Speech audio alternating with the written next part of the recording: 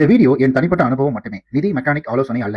Hey guys, welcome to mister Vishwa car. நான் உங்கள் விஸ்வநாதன். அதாவது இந்த பதிவு வெரி வெரி இம்பார்ட்டன்ட்ங்க.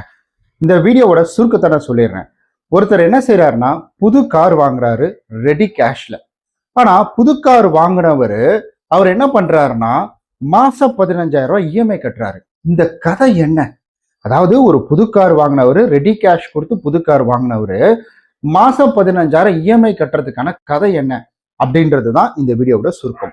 ஸோ நிறைய பேர் இந்த மாதிரி மாட்டிக்கிறாங்க, அவங்களுக்கு தெரிஞ்சும் தெரியாமல். இந்த இடத்துல உங்களுக்கு ஒரு கேள்வி வரலாம், ஆனா எப்படா வந்துட்டு புதுக்காரா ரெடி கேஷ் கொடுத்து வாங்கிட்டாரு, அப்புறம் எப்படி ஒரு மாசம் 15,000 ரூபாய் இஎம்ஐ கட்டுவார் அப்படின்ற ஒரு கேள்வி வரலாம். இந்த ஒரு ரகசியம் தான் உங்ககிட்ட நான் பகிர்ந்துக்க போறேன். இது எப்ப நான் தெரிஞ்சுக்கிட்டேன்னா, லாஸ்டா வந்துட்டு நான் கார் சர்வீஸோட போனேன் இல்லைங்களா, அப்ப அங்க ஒருத்தர் எனக்கு பழக்கமானாரு. அவர்கிட்ட நான் பேசிட்டு இருக்கும் போது நிறைய விஷயங்கள் இந்த காரை பற்றி சொன்னார். அவர் வந்துட்டு கேப் கம்பெனி மாதிரி தான் வச்சிருக்காரு. கம்பெனினா ஒரு 5-6 காரை வச்சு அவர் வந்துட்டு கேப் வச்சு ஓட்டிட்டு இருக்கிறாரு. அவர் என்கிட்ட பகிர்ந்துக்கிட்டார். ஃபர்ஸ்ட் இதுக்குள்ள வந்தது, இந்த கதையை என்ன ஆச்சு அப்படின்றத வந்து சொன்னாரு. அதை தான் நான் உங்கள்கிட்ட பகிர்ந்துக்க போறேன். ஆனா நிறைய பேர் இது தெரியாம போய் மாட்டிக்கிறாங்க.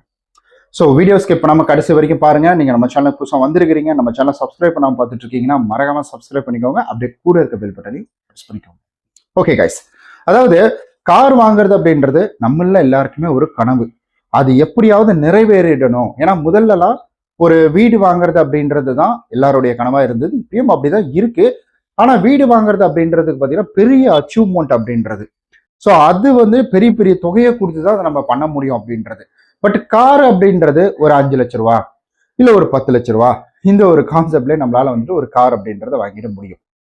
ஸோ இந்த காரை வந்துட்டு அதனாலதான் நிறைய பேர் வாங்குறாங்க. ஆனா அதே போல நிறைய பேர் வந்துட்டு எப்படியாவது காரை வாங்கி அதை வந்துட்டு நம்ம ஒரு கேப்ல போட்டு நல்ல ஒரு வருமானம் சம்பாதிக்கணும், டூரிஸ்ட் மாதிரி பண்ணி நல்ல ஒரு வருமானம் சம்பாதிக்கணும் அப்படின்ற ஒரு எண்ணம் எல்லாருக்குள்ளயுமே இருக்குங்க. ஸோ இப்படி இருக்கிற ஒரு சூழ்நிலையில நம்மளுடைய வந்துட்டு நமக்கு தெரிஞ்ச ஒரு நபர் அப்படின்றது, அதாவது கார் சர்வீஸ் சென்டர்ல பார்த்தா இல்லைங்களா, ஸோ அவர் என்ன செய்யறாரு அப்படின்னு கேட்டீங்கன்னா இது மாதிரி தான் யோசிக்கிறார். ஆனா அவருடைய எண்ணம் என்ன அப்படின்னு கேட்டீங்கன்னா, ஒரு கார் வாங்கும் பொழுது நம்ம ஏன் கடனோட ஆரம்பிக்கணும். ஸோ அதனால நம்ம என்ன செய்யலாம்னா, ஸோ இனி கொஞ்ச நாளைக்கு வந்துட்டு இந்த கார் வாங்குற ஆசையை தள்ளி வச்சிடலாம். தள்ளி வச்சுட்டு நம்ம வந்துட்டு பணத்தை கொஞ்சம் கொஞ்சமா சேர்த்து வைக்கலாம் அப்படின்ற ஒரு முடிவுக்குள்ள வராரு. ஸோ இவர் கார் வாங்கணும்னு முடிவு பண்ண உடனே இந்த பிரபஞ்சம் இவர் ஆசைப்படுறதுக்கு கண்டிப்பா அடம் பிடிச்சா கொடுத்துரும், எனக்கு கொடுத்த மாதிரி. ஸோ இவர் என்ன பண்றாருன்னா வந்துட்டு கொஞ்சம் கொஞ்சமா பணம் சேர்க்க ஆரம்பிக்கிறாரு. அதே போல இவருக்கும் வந்துட்டு ஒரு லேண்ட் ஒன்று சேல் ஆகுது. அந்த டைம்ல அவங்க ஃபேமிலியில வந்துட்டு அவங்க அம்மா அப்பாவோட சொத்து அப்படின்னு லேண்ட் சேல் ஆகுது. அந்த ஒரு காசு அப்படின்றது இவருக்கு வருது. இப்ப இவருடைய முடிவு என்னன்னா, போய் வந்துட்டு ஒரு காரை வாங்கணும். ஷோரூம் போறாரு. எந்த கம்பெனிலாம் சொல்ல மாட்டேன், எந்த கம்பெனிலாம் சொல்ல மாட்டேன். அவன் எனக்கு பஞ்சாயத்து பண்றதுக்கா, என்கிட்ட பிரச்சனை பண்றதுக்கா? ஏன்னா இந்த மாதிரி நிறைய இருக்கு, நான் கேள்விப்பட்டிருக்கிறேன். ஸோ நமக்கும் வந்துட்டு ஒரு சில விஷயங்கள் காரை பற்றி சொல்றோம் இல்லைங்களா, அது வந்துட்டு மெயிலு கால் மூலியமா வரலினாலும் நம்ம அங்க அப்ரோச் பண்ணும்பொழுது அந்த இடத்துக்கு போகும்பொழுது கேள்விகள் வருது. என்ன சார் எப்ப பாரு நம்மளே குறை சொல்லிட்டே இருக்கிறீங்களே அப்படின்ற மாதிரி. இதை பற்றி தனியா ஒரு வீடியோ அப்படின்றது வந்துட்டு போறேன். சரி, ஓகே. அதாவது இது போல வந்துட்டு விஷயங்கள் நடந்துட்டு இருக்கு. இப்ப இவர் வந்து காசெல்லாம் ரெடி பண்ணி எடுத்துட்டு அந்த கம்பெனிக்காக கார் வாங்குறதுக்காக காசு எடுத்துட்டு போறாரு, ரெடி கேஷ் எடுத்துட்டு போறாரு. அங்க போனா நிறைய ப்ரொசீஜர், இவ்வளவு அமௌண்ட் வந்துட்டு நீங்க இதுல கட்டக்கூடாது, இந்த அமௌண்ட் குறிப்பிட்ட அமௌண்ட் மட்டும் தான் நீங்க கையில கொடுக்கணும். ஸோ மீதெல்லாம் நீங்க உங்களுடைய வங்கி கணக்குல போட்டுட்டு நீங்க அதுக்கப்புறம் அந்த பணத்தை எங்களுக்கு அனுப்புங்க. ஆமாங்க, சும்மா ரெடி கேஷ்னா ஒரு 10 லட்ச ரூபா 20 லட்ச ரூபா எடுத்துட்டு போயிட்டு டக்குன்னு கார் வாங்கிட்டு வந்துட முடியாது. அதுக்கெல்லாம் முன்னாடி பணம் வந்துட்டு நம்ம குறிப்பிட்ட தொகை மட்டும் தான் வைக்கணும். இப்ப இருக்கிற அவரு வந்துட்டு ஒரு 5-6 வருஷத்துக்கு மேல இருக்கும்னு, 5-6 வருஷம் கூட கிடையாது, ஒரு 8-9 வருஷம் இருக்கும்னு நினைக்கிறேன். லாக்டவுனுக்குலாம் முன்னாடி 2017 சம்திங் ஏதோ வந்து சொன்னாரு. சரி, ஓகே. அந்த டைம்ல அவர் பண்ணாரு. உங்களுக்கு வேணா சந்தேகம் இருக்குன்னா கீழே கமெண்ட் பண்ணுங்க. நம்ம வந்துட்டு எவ்வளவு பெரிய தொகையை முன்னாடி ரெடி கேஷ் கொடுத்து வாங்க முடியும். அதாவது அதனுடைய டைட்டிலே என்னன்னா, ரெடி கேஷ் இருந்தாலும் உங்களால கார் வாங்க முடியாது அப்படின்றது தான் டைட்டில். அடுத்தது பார்ப்போம். ஓகே, இந்த மாதிரி வந்துட்டு ஸோ அவர் வந்து போறாரு, அங்க சொல்றாங்க, ப்ரொசீஜர் பண்றாரு. அதுக்கப்புறம் பேங்க்குக்கு போறாரு. ஏன்னா இவரு வீடு வித்த காசு தானே, அப்ப கண்டிப்பா ஆப்வியஸா இதுல வாங்கிப்பாங்க. அப்ப வந்துட்டு 8 லட்ச ரூபாய் 10 லட்ச ரூபாய் வரைக்கும் அக்கௌண்ட்ல வந்து ஈஸியா போட்டுக்கலாம். அதுக்குள்ள இருந்த ஒரு தொகை தான் அவர் போட்டுட்டார். பேன் கார்டை வச்சு வந்து போட்டுட்டார். போட்டுட்டு அவர் காரை பை பண்றாரு. அவர் வந்துட்டு ஆர்டிஜிஎஸ் வந்து பண்ணிட்டாரு. அதாவது ஆர்டிஜிஎஸ் வந்துட்டு பேங்க்குக்கு வந்து பண்ணிட்டாரு. சாரி, பேங்க்குன்ற பாருங்க, பேங்க்ல இருந்து அவருடைய வங்கி கணக்குல இருந்து இங்க வந்துட்டு பண்ணிட்டாரு. கார் ஷோரூம் வந்து பண்ணிட்டாரு. இப்ப எல்லாமே ஓகே, ஸ்மூத்தா முடிஞ்சிருச்சு. கார் இப்ப இவருடைய கைக்கு வரக்கூடிய ஒரு தருணம். இந்த இடத்துல இவருக்கு வந்துட்டு, ஏன்னா இவர் புக் பண்ணது பேஸ் மாடல் கார். அப்போ அங்க இருக்கக்கூடிய வந்துட்டு ஒரு சேல்ஸ்மேன் வந்து இவர்கிட்ட பேசுறாரு. அவர் என்ன சொல்றாருன்னா, சார் இவ்வளோ பெரிய காரை நீங்க வந்துட்டு காசு கொடுத்து வாங்கிட்டீங்க. இந்த காருக்கு சின்னதா இன்ஃபோடைன்மெண்ட் சிஸ்டம் இல்லை சார், மியூசிக் சிஸ்டம் இல்லை, அதுக்கப்புறம் ரிவர்ஸ் கேமரா இல்லை, என்ன சார் அப்படின்ற மாதிரி ஒரு கேள்வி. அப்போ கேட்கும் பொழுது தான் இவர் வந்துட்டு, எப்பா நானே இருக்கிற காசெல்லாம் ரெடி பண்ணி வாங்குறேன், எல்லா காசையும் பொறுக்கி போட்டு வந்துட்டு இருக்கிறத வச்சா லேண்டு விற்றாங்க, அந்த காசு கொஞ்சம் வந்துச்சு, அதெல்லாம் போட்டு நான் கார் வாங்கிட்டேன். இப்போ நான் இது வேற வந்துட்டு வாங்கணுமா, அதெல்லாம் இல்லைப்பா, அதெல்லாம் அப்புறமா போட்டுக்கிறேன் அப்படின்ற மாதிரி சொல்ல, அப்புறமேட்டுக்கு இந்த மனுஷன் என்ன பண்றாருன்னா, அந்த ஷோரூம்ல இருக்கக்கூடியவர் ஒரு விசிட்டிங் கார்டை கொடுத்து, நமக்கு தெரிஞ்சவர் தான் சார், அவரை போய் பாருங்க அப்படின்னு வந்து சொல்ல, விசிட்டிங் கார்டை கொடுத்து அவரை போய் பார்க்கறாரு. இவரு சும்மா போய் பார்க்கறாரு, இந்த மாதிரி காருக்கு ஆக்சஸரி கம்மி ரேட்ல பண்ணி தருவார் சார் அப்படின்னு சொல்ல, இவர் வந்து என்ன சொல்லிட்டாருன்னா, சார் மொத்தமா ஒரு 5000 ரூபா இருந்ததுன்னா எல்லாத்தையும் முடிச்சிடலாம் சார், அப்ப 5000 ரூபா தான் முடிச்சிடலாம் அப்படின்னு சொல்லிட்டு அனுப்பி விட்டாராம்.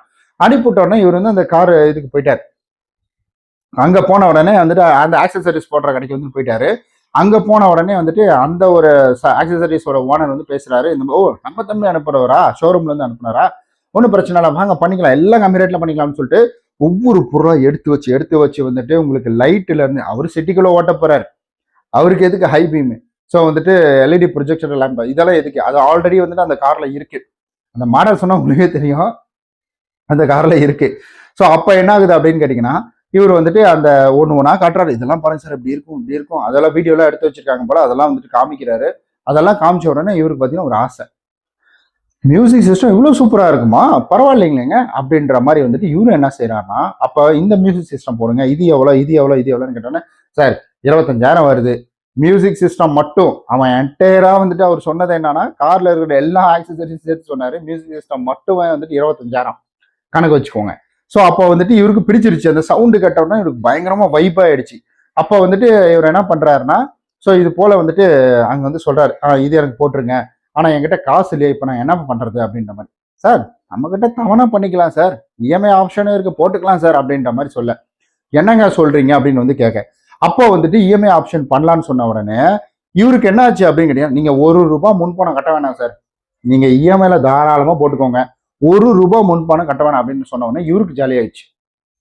₹1 கட்ட தேவையா, சரி எப்படி நம்ம காருக்கு வந்துட்டு இஎம்ஐ கட்டல, சரி ஒன்றும் பிரச்சனை இல்லை, இதுல ஒரு கம்மியான தொகையை போட்டு நம்ம வந்துட்டு பண்ணிடணும் அப்படின்ற மாதிரி. அப்போ வந்துட்டு இவர் என்ன, அவர் உடனே சார் அப்போ உங்களுக்கு ஒரு ஐடியா இருக்குல்ல, அப்போ இது வந்து டாப் மாடலாம் மாத்திடுங்களேன் சார், டாப் எண்டா மாத்திருங்க அப்படின்னு வந்து சொல்ல, அப்படி சொல்லும் பொழுது இந்த இடத்துல பாத்தீங்கன்னா, அந்த காரு வீல் அலாய் வீல்ல இருந்து இவங்க வந்துட்டு கார் அவுட்டரு, ஸோ இன்டீரியரு, உங்களுக்கு வந்துட்டு வைப்பரு, எல்லாத்தையும் ஓவரால் க்ரூஸ் கண்ட்ரோல்ல இருந்து எல்லாத்தையும் ஓவராலா ஒரு டாப் வேரியன்ட் கார் எப்படி இருக்குமோ அப்படி மாத்திட்டாரு. ஸோ இப்போ இவருக்கு எவ்வளவு தூரமா செலவாயிட்டு இருக்குது, கிட்டத்தட்ட வந்துட்டு ஒரு 3 lakhs 3.5 lakhs வந்துட்டு சொல்லியிருந்தாரு. ஏன்னா நான் சர்வீஸ் போயிட்டு வந்து போன வருஷம் 2025 டிசம்பர்ல தானே போனேன் நான், சார் மறந்து போச்சு, இவ்வளவு நாள் ஆகி போச்சு, 11ஆம் மாசம் போனேன், நவம்பர் மாசம் போனேன். ஸோ அந்த மாதிரி வந்துட்டு ஒரு பெரிய தொகை அப்படின்றது வந்து போட்டுட்டு, இப்போ என்னாச்சு கேட்டீங்கன்னா, இவர் முன்னாடி ₹1 கூட கட்ட தேவையில்ல, பிரச்சனை இல்லை, ஆனா அடுத்த மாசத்துல இருந்து அவங்க சொல்லிட்டாங்க, இல்ல சார் இது ஒரு 10 மாசம் 12 மாசம் இந்த கான்செப்ட் மட்டும்தான் சார் அப்படின்ற மாதிரி சொல்லி ஒரு பெரிய தொகை அப்படின்றத பாத்தீங்கன்னா இவங்க போட்டுட்டாங்க. அதாவது வந்துட்டு இஎம்ஐ கான்செப்ட்ல எனக்கு தெரிஞ்சு கம்மியா தான் இருக்கும் அமௌண்ட், எனக்கு எக்ஸாக்ட்லா தெரியல, மறந்துருச்சு எனக்கு. பட் ஆனா மாசம் 15,000 ரூபாய் இஎம்ஐ அப்படின்றது மட்டும் எனக்கு ஞாபகம் இருக்கு. ஸோ 15,000 ரூபாய் இஎம்ஐ வந்துட்டு போட்டுட்டாங்க. ஒரு கார் வாங்கி 20 நாள் கழிச்சு ஒரு ஆக்சசரிஸ் போட போய் அங்க பிரெயின் வாஷ் பண்ணி இந்த இடத்துல பாத்தீங்கன்னா கிட்டத்தட்ட 15,000 ரூபாய் ஒரு இஎம்ஐ 10-15 மாசம் கட்டி தான் அதுல இருந்து வெளியில வந்தாராம். இல்லைன்னா என்கிட்ட இப்போ ஒரு 5 கார் தான்பா இருக்குது, இந்த 5 கார் என்கிட்ட வந்துட்டு 20 காரா இருந்திருக்கும், அந்த ஒரு ஆப்ஷனுக்குள்ள நான் போகலைன்னா. கேப் ஓட்டுற எனக்கு வந்துட்டு இது இவ்வளோ பிரம்மாண்டமா இருக்கணும் அப்படின்ற அவசியம் கிடையாது, அதனால இது தேவையே இல்லாத நான் போய் மாட்டிக்கிட்டேன். ஒரு இன்ஃபோடைன்மெண்ட் சிஸ்டம் இருக்கலாம், ரிவர்ஸ் கேமரா இருக்கலாம், இதெல்லாம் நல்ல விஷயம் தான், லைட் ஆல்ரெடி அவங்க கொடுத்துருக்குறாங்க, எல்லாமே ஓகே தான், வைப்பர் ஃப்ரண்ட்ல இருக்கிறதுக்கான வைப்பர் இருக்கு, எதுக்கு எனக்கு பேக்ல எல்லாம் வைப்பர்.